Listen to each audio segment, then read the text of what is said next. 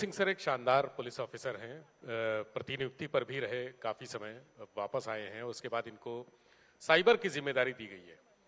मुझे लगता है सर ये इस मंच पर और इस हॉल में जो भी लोग बैठे हैं, ये इसमें से हर आदमी साइबर क्राइम का शिकार जरूर हुआ होगा।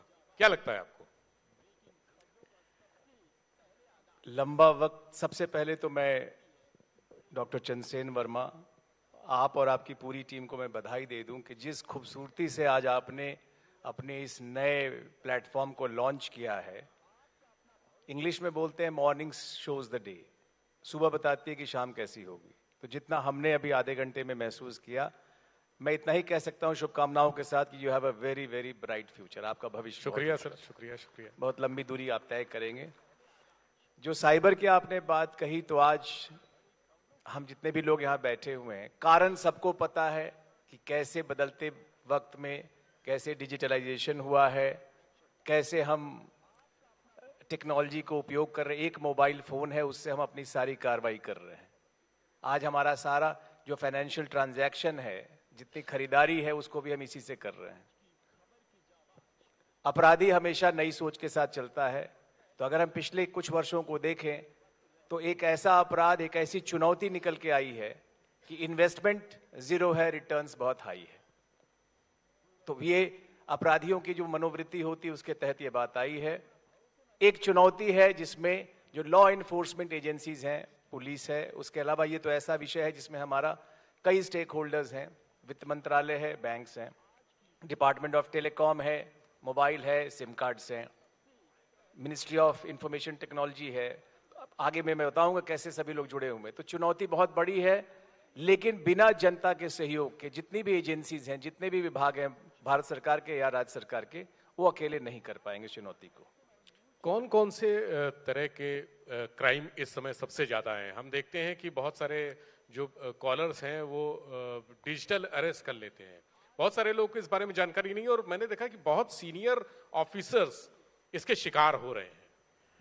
बहुत अफसोस की बात है। अगर हम पूरे इस साइबर के इकोसिस्टम को अगर हम देखें, तो करीब 85 से 87% जो अपराध हो रहे हैं वो साइबर वित्तीय अपराध हैं, साइबर फाइनेंशियल क्राइम, जिसको हम साइबर फ्रॉड जिसको बोलते हैं। उसमें सबसे बड़ा जो शेयर है, 100 में से जो क्राइम साइबर के हो रहे हैं, 85 से 87% फाइनेंशियल क्राइम। उसमें सबसे बड़ा शेयर है इन्वेस्टमेंट का, इन्वेस्टमेंट फ्रॉड, जो हमारे मूल जो ह्यूमन वीकनेस है, लालच, पैसा को जल्दी बड़ा करने की, कई गुना करने के लालच में हमसे कराया जा रहा है, और हम कर रहे हो जा रहा है। और दूसरा है जो आपने कहा, डिजिटल अरेस्ट। बार बार अगर आप ध्यान से देखिए, डिजिटल अरेस्ट का चैलेंज अक्टूबर 2024 में अचानक बड़ी बात आई थी। हमारे ऑनरेबल प्राइम मिनिस्टर को इंटरवीन करना पड़ा था। उन्होंने बहुत अपने मन की बात में बहुत सुविचारित बात कही थी। स्टॉप थिंक एक्ट का नारा दिया था, रुको सोचो करो।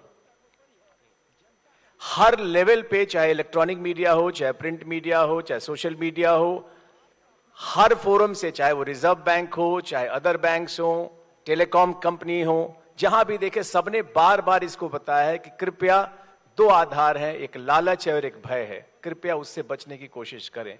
कोई भी डिजिटल अरेस्ट नाम की चीज नहीं होती है। कोई भी एनफोर्समेंट एजेंसी है, चाहे वो पुलिस हो, कस्टम्स हो, जितने भी एनफोर्समेंट एजेंसीज हैं, कोई भी चीज आएगी आपके पास आएगी तभी होगा। लेकिन जैसा आपने कहा, अफसोस की ये बात है कि फिर भी हर दिन कहीं ना कहीं ये बात आती है। उसमें सबसे बड़ी बात है कि पढ़ा लिखा वर्ग हमारा, जो हमारा social intelligentsia, retired doctors, retired professor, जिन्होंने इतनी लंबी जिंदगी गुजारी, उसके बाद भी अपना हार्ड अर्न्ड मनी, और देने के बाद एक दिन वो रियलाइज कर तब आते हैं कि मेरा 2 करोड़ 38 रुपए में 38 लाख हमने दे दिए। पिछले 5 दिन में हमने अलग अलग अपने HDFC और SBI से निकाल कर हमने दे दिए। तो मैं फिर से गुजारिश करूंगा, क्योंकि अवेयरनेस इज द की, जागरूकता ही, अगर जागरूक हो तो बचोगे, जागरूक नहीं हो तो नहीं बचोगे। जैसा कि साइबर क्राइम का जिक्र, अब जैसा कि उत्तर प्रदेश ही नहीं है, पूरे देश के लिए एक बहुत बड़ा इस वक्त परेशानी है जो सबके सामने है। लेकिन अगर हम सिर्फ उत्तर प्रदेश की बात करते हैं, तो आपको क्या लगता है कि साइबर अपराधियों से निपटना ये कितनी बड़ी चुनौती है अभी उत्तर प्रदेश के लिहाज से अगर हम देखें तो?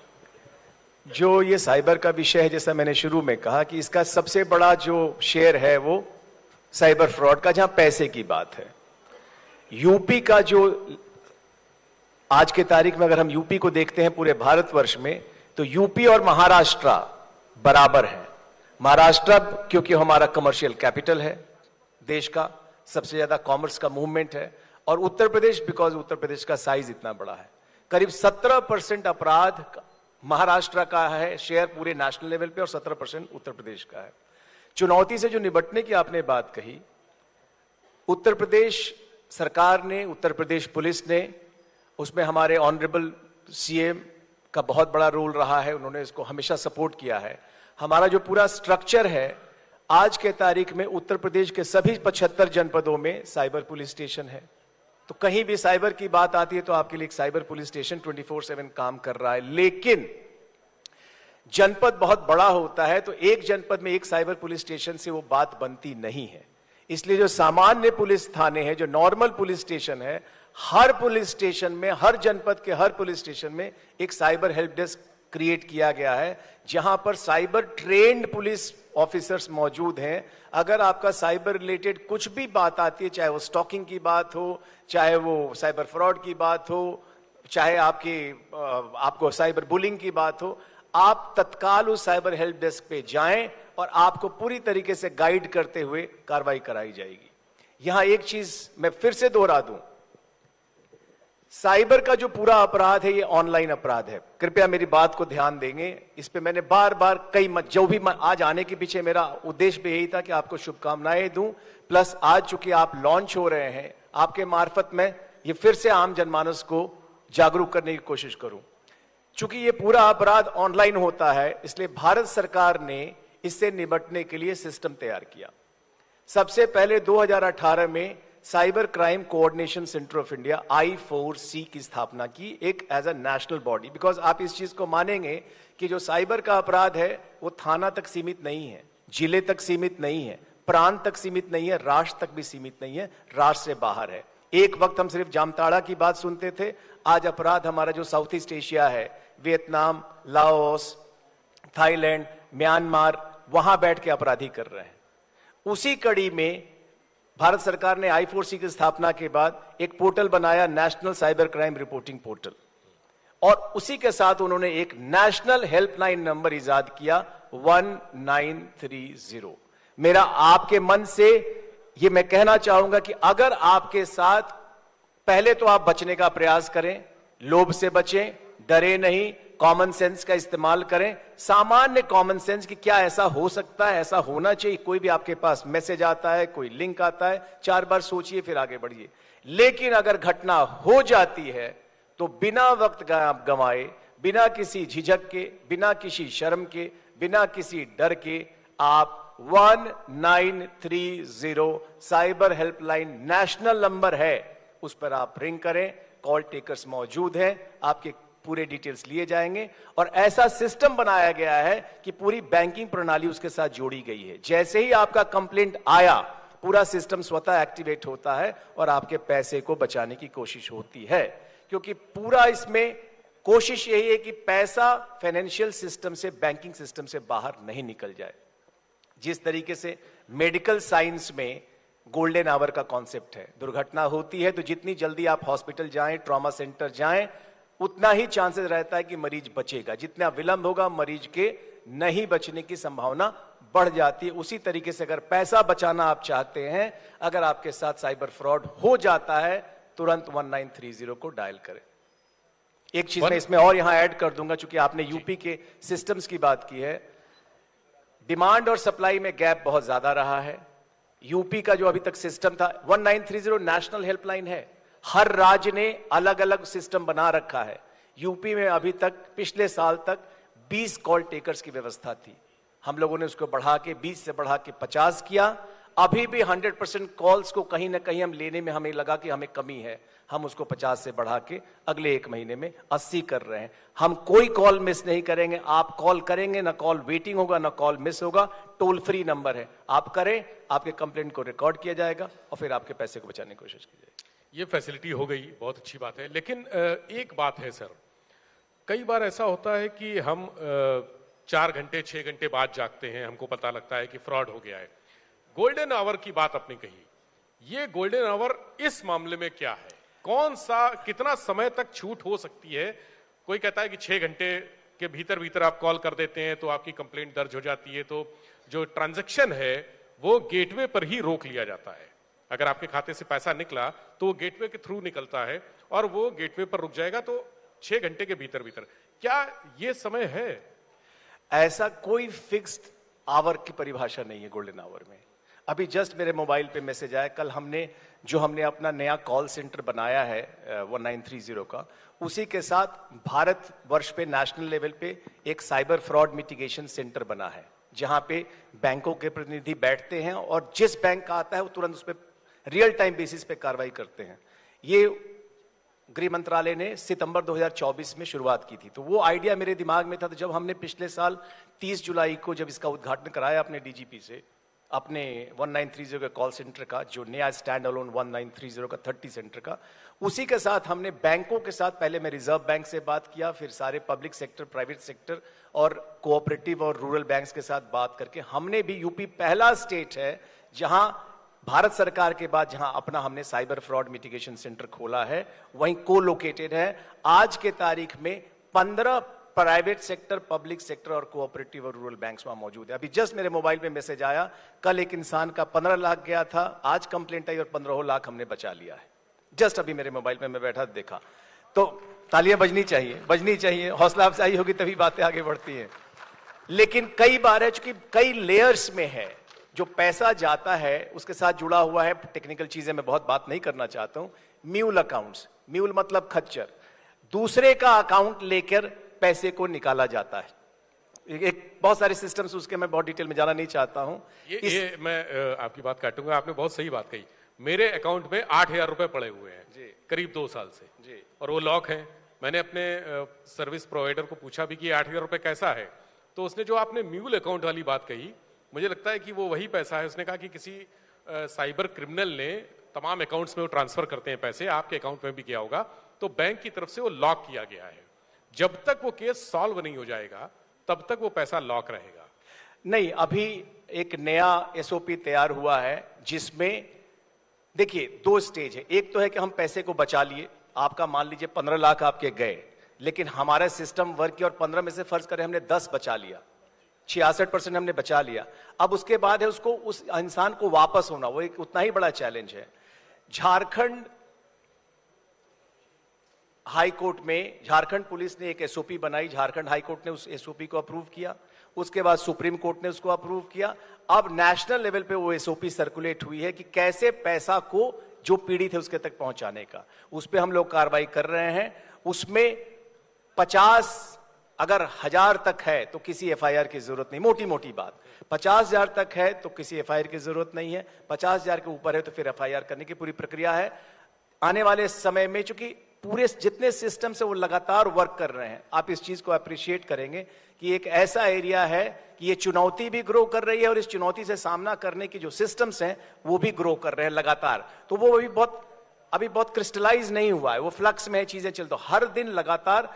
मैं इंगित करना चाहूंगा कि जो राष्ट्रीय स्तर पे हमारा जो cyber crime coordination centre of India है गृह मंत्रालय के अधीन, वो लगातार, चूंकि ये वरीयता ऑनरेबल प्रधानमंत्री की भी है, ऑनरेबल गृह मंत्री की भी है और ऑनरेबल माननीय मुख्यमंत्री की भी है, तो हर लेवल पे, नेशनल लेवल पे इसकी पॉलिसीज बनती हैं और स्टेट को उस पर रिस्पॉन्ड करना है।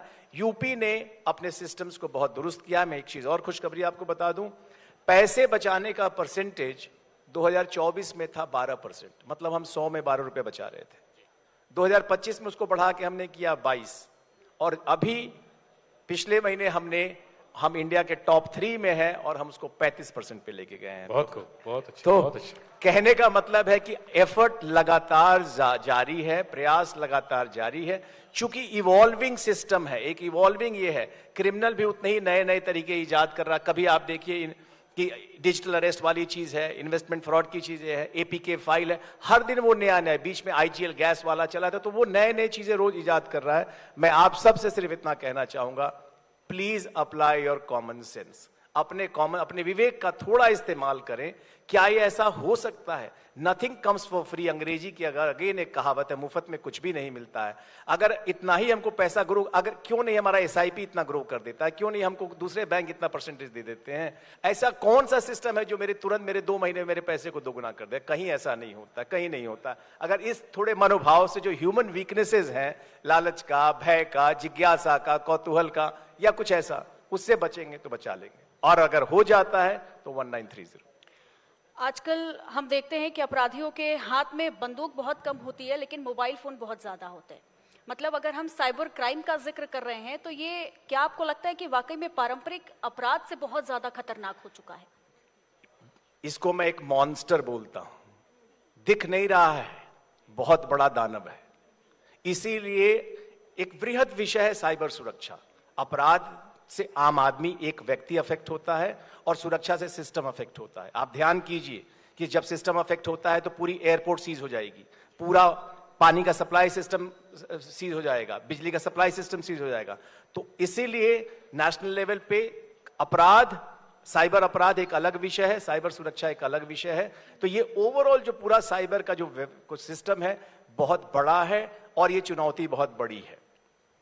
अभी दिसंबर के महीने में सीनियर पुलिस ऑफिसर्स कॉन्फ्रेंस हुआ था। हमारे माननीय मुख्यमंत्री 1.5 दिन का उन्होंने समय दिया, सारे सेशन में वो बैठे। हम लोगों ने एक प्रेजेंटेशन साइबर पे किया था, उसको सराहा गया, और माननीय मुख्यमंत्री जी ने घोषणा भी की है कि उत्तर प्रदेश साइबर मुख्यालय एक अलग से मुख्यालय बनेगा आने वाले समय में।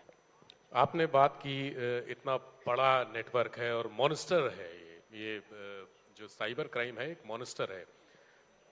बहुत सारे गैंग्स हैं, पूरे विश्व के गैंग्स के बारे में आपने कहा। नाइजीरियन हम लोग ज़्यादातर सुनते हैं, दिल्ली में पकड़े जाते हैं, लखनऊ में पकड़े जाते हैं। जामताड़ा का जिक्र आपने किया।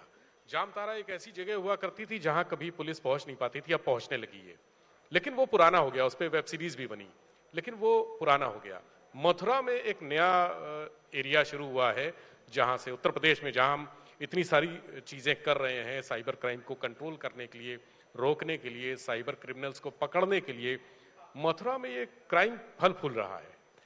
आपने मथुरा का नाम लिया, वो हमारा, उसको हमारे सिस्टम में वो मेवात एरिया है पूरा। अगर आप ध्यान से देखें, बगल में राजस्थान का मेवात एरिया है। राजस्थान पुलिस ने भी अभियान चलाया और हमने भी अभी अभियान चलाया है, जो हम लोगों ने ये एसएसपी मथुरा के निर्देशन में दिसंबर में हम लोगों ने गांव चिन्हित किया, देवसीरस। अभी फरवरी में किया गांव शेरगढ़, जहां साइबर अपराधी रहते हैं, और एक साथ छापेमारी हुई, अपराधी पकड़े गए, चीजें बरामद हुई, पूरा नेटवर्क। चूंकि इसके लिंकेजेस हैं, मैंने जैसा शुरू में कहा, ये थाना तक नहीं है, जिले तक नहीं है, प्रांत तक नहीं है, राष्ट्र तक नहीं है, इंटरनेशनल है। तो उस कड़ी में लगातार एफर्ट्स हैं। मथुरा में बहुत प्रभावी कार्रवाई हुई है। जो हमारे हॉटस्पॉट्स हैं आज के तारीख में, सिर्फ मथुरा एक हॉटस्पॉट नहीं है, नोएडा भी है, कानपुर भी है, लखनऊ भी है, मथुरा एरिया भी है, आगरा एरिया भी, जो भी मेट्रोज हैं जहां पर चीजें ज्यादा मूव करती हैं वो हमारे हॉटस्पॉट्स में है, उस पर कार्रवाई हो रही है।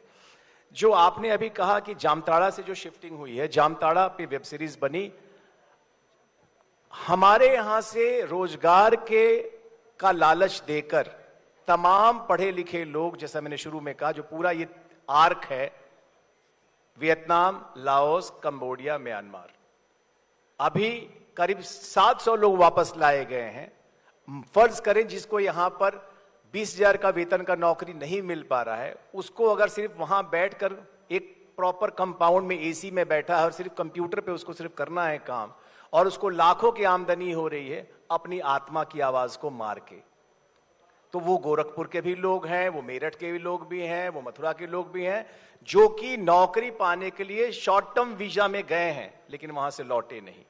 शुरू में जब ये बात आई थी तो ये कहा गया कि इनको नाम दिया गया था साइबर स्लेव, मतलब ये साइबर स्लेव हैं।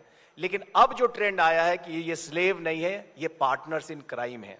अभी जब लोग आए गए, जब इनका हम लोगों ने इंट्रोगेशन किया, भारत सरकार ने उसमें एफर्ट किया, विशेष विमान से सारे भारतीय वहां से लाए गए। मेरी एम्बेसडर थाईलैंड से बात हुई, हमारे मित्र हैं, बैचमेट, उन्होंने कहा भाई इनका बॉडी लैंग्वेज अगर आप देखते तो ऐसा लग रहा था कि ये शॉपिंग करने आए हैं। तो ये जब लौटते हैं तो इनका इंट्रोगेशन होना है साइबर स्लेव के रूप में नहीं, क्योंकि शुरू में तस्वीर बनी थी कि ये जबरदस्ती रखे जाते हैं, इनको करंट दिया जाता है, इनका पासपोर्ट छीन लिया जाता है, इनसे मारपीट की जाती है। ऐसा नहीं है। ये अधिकतर लोग रजामंदी से हैं, क्योंकि इनको अच्छी आमदनी हो रही है, तो इनकी अच्छे से इंटीग्रेशन होनी चाहिए। तो मेरा रिक्वेस्ट होगा कि जो लोग बाहर वीजा लेके जा रहे हैं नौकरी के लालच में, इस पे भी हमने बहुत कार्रवाई की है। जो लोग लौट के आए हैं उनसे इंटीग्रेशन हुआ है, मुकदमे कायम किए गए हैं। इंडियन इमिग्रेशन एक्ट है 1982 का, जिसके तहत रिक्रूटिंग एजेंट की परिभाषा है कि बाहर विदेश भेजने के लिए कौन भेज सकता है, उसको रिक्रूटिंग एजेंट बोलते हैं। पूरे प्रदेश में तमाम अवैध एक रिक्रूटिंग एजेंट भी हैं, उनके खिलाफ भी हम लोगों ने कार्रवाई की, जो आपको अच्छी नौकरी का झांसा देकर आपको विदेश ले जाते हैं। वैसे लोगों से सावधान रहने की जरूरत है। मेरा सिर्फ रिक्वेस्ट होगा कि अपनी आत्मा की आवाज को आप देखें कि जो मैं कर रहा हूं अपने जीवन यापन के लिए, दूसरों के साथ मैं फ्रॉड करूं, क्या उचित है। एक मन में सवाल आता है बार बार कि ये जो साइबर क्रिमिनल्स हैं, जामताड़ा से ही मैंने देखा और समझा उनको, क्राइम रिपोर्टिंग मैंने की कई साल, तो धीरे धीरे इस फील्ड को भी समझा, देखा, उसके क्रिमिनल्स को भी देखा। हाई स्कूल पास है, 8वीं पास है, 9वीं फेल हैं, वो बड़ी बड़ी जो आपका सिस्टम है उसको छकाए हुए हैं एकदम। अब इतना सॉफ्टवेयर इंजीनियर है आपके पास, विदेशों से पढ़ के आए हैं, लेकिन वो 8वीं पास या 9वीं फेल आपको छकाए हुए हैं। नहीं, अब आप सोचिए भारत की जो जनसंख्या है, हम 140 करोड़ भी बोलते हैं, 145 करोड़ भी बोलते हैं, 150 करोड़ भी बोलते हैं, हम लगातार ग्रो कर, इतनी बड़ी जनसंख्या में आप जो लोग अफेक्ट हो रहे हैं, आप हर चीज को देखें, हमारा हर चीज में क्या हमारी जनसंख्या है, तो हमारे पास पोटेंशियल बहुत है, क्रिमिनल्स का भी पोटेंशियल है और अफेक्ट और क्राइम हमारे साथ होने का भी पोटेंशियल है। दुर्भाग्य है कि पढ़े लिखे लोग भी उसमें अफेक्ट हो रहे हैं। अपराध एक मनोवृत्ति है, अगर इजी पैसा आ रहा है, और खास करके इस भौतिक युग में, और आसान है। मैडम ने एक सवाल किया था, मैं उस वक्त उसका जवाब नहीं दे पाया। हम लोग 90s के ऑफिसर्स हैं, जब 90 के दशक में जब हम लोगों ने आईपीएस की नौकरी शुरू की इस उत्तर प्रदेश में, तब का अपराध पहले रोड होल्ड अप होता था, उसके बाद फिरौती, चूंकि आपने क्राइम को हैंडल किया, फिरौती हेतु अपहरण बड़ा अपराध था। वो याद कीजिए शिव प्रकाश शुक्ला 1998 से पूरी कहानी को अगर आप देखते हैं। और आज ना रोड होल्ड अप होता, ना फिरौती हेतु, कहां आप पढ़ते हैं, इक्का दुक्का कहीं। इजी है, घर बैठे हमको इजी मनी आ रहा है, ना गोली चलानी, ना मरने का रिस्क, ना मारने का रिस्क। तो ये ऐसा है जिसके इन्वेस्टमेंट जीरो, रिटर्न्स बहुत हाई। बट मैं आपको अश्योर करना चाहूंगा, सभी को अश्योर करना चाहूंगा, जो तंत्र है लगातार अपने सिस्टम्स को बना रहा है, मजबूत कर रहा है, और चुनौती आई है तो उस चुनौती पे हम सफल भी होंगे। लेकिन मैं जनता के साथ कहना चाहूंगा, जब हम साथ चलेंगे, हम चलेंगे साथ साथ, हम होंगे कामयाब। आपके बिना हम नहीं कर पाएंगे। एनफोर्समेंट एजेंसीज कितनी भी मेहनत करेंगी, अगर कॉमन मैन का, आम आदमी का अगर सहयोग नहीं मिलेगा, सपोर्ट नहीं मिलेगा, आप नहीं अलर्ट होंगे, आप नहीं अवेयर होंगे, आप नहीं जागरूक होंगे, आप अपने को अप्लाई नहीं करेंगे, तो हमारे सारे एफर्ट्स बेकार होंगे। अभी आपने जैसा जिक्र किया कि अपने विवेक का इस्तेमाल करें, अपनी बुद्धि का इस्तेमाल करें, जो भी आपको झांसे में लेता है तो हर किसी को पता चल जाता है कि ये फ्रॉड हो रहा है। लेकिन उन लोगों को हम कैसे समझाएंगे जो पढ़े लिखे नहीं है? ज्यादातर आपने ये सुना भी होगा कि कह देते हैं कि अरे लॉटरी लग गई है, हमें कार गिफ्ट में मिल रही है, अब बताओ क्या किया जाए। तो ऐसी स्थिति में हम उनको कैसे समझाएंगे? इसलिए नहीं कि मैं पुलिस ऑफिसर हूं, इसलिए मेरा कहना है कि जो मैं कह रहा हूं उसी को दोहराऊंगा कि भाई ऐसा नहीं होता है, थोड़ा सा कॉमन सेंस को अप्लाई कीजिए ना। नहीं होता है डिजिटल रेस में। क्यों? तुम्हारे बेटे ने क्राइम कर दिया है, तुम्हारे फोन में फ्रॉड है, तुमने, अरे जब हमने बेईमानी की ही नहीं। वो पीजीआई की डॉक्टर थी, डॉक्टर टंडन, 7 करोड़, मेरे पास तो उतना है ही नहीं, अकाउंट में हम दे भी नहीं पाएंगे। तो हमें ये समझ में नहीं आया कि आखिर लोग लाए कहां से इतना और दिए क्यों। चलो ले भी आए तो चलो अकाउंटेड मनी, अगर अकाउंट में है तो अकाउंटेड मनी है। तो क्या इतना इजी पैसा है कि आपने दे दिया? इसलिए नहीं कि मैं पुलिस ऑफिसर, मैं रोज ये सवाल करता हूं कि आखिर लोग, retired doctors, retired engineers, retired professors, 2 crore 38 lakh. मेरे पास अभी भी मेरे मोबाइल पड़ा हुआ है कि 3 फरवरी को इतना, 4 फरवरी को इतना, 5 फरवरी, 6 फरवरी, 7 फरवरी, HDFC, SBI। कैसे? वाई? किसी से तो पूछो ना भाई, कौन सा, क्या आपने अपराध किया है, किसका गला काटा है, किसका आपने मर्डर किया है, कहां ऐसा अपराध कर दिया कि आपको कोई कह रहा है और आप दे रहे हो। Basically it is playing on the mind. ये बेसिकली आपको साइकोलॉजिकली आपको इंट्रैप कर रहा है। तो ये सारा खेल ह्यूमन माइंड का है। तो क्या हमारा माइंड इतना वीक है? क्यों वीक है? योगा करते हैं हम, तो यही लाइटर साइड में कहेंगे कि अपने माइंड को भी थोड़ा स्ट्रांग करें। बहुत शुक्रिया सर, आप यहाँ पर आए और बहुत महत्वपूर्ण विषय पर बात की। आपका जो तकनीकी ज्ञान है वो यहाँ बैठे हुए लोगों को मिला, क्योंकि यहाँ पर मुझे लगता है कि हर व्यक्ति किसी न किसी रूप में साइबर क्राइम का शिकार हुआ है।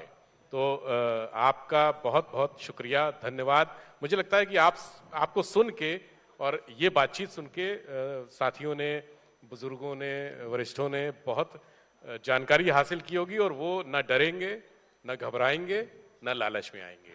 धन्यवाद विवेक जी, आपका शुक्रिया कि आपने मौका दी। जब 3 दिन पहले आपने कहा कि हम लोग लॉन्च कर रहे हैं और आना है, तो मेरे मन में था, लेकिन मेरे आने के पीछे एक ही पर्पस था।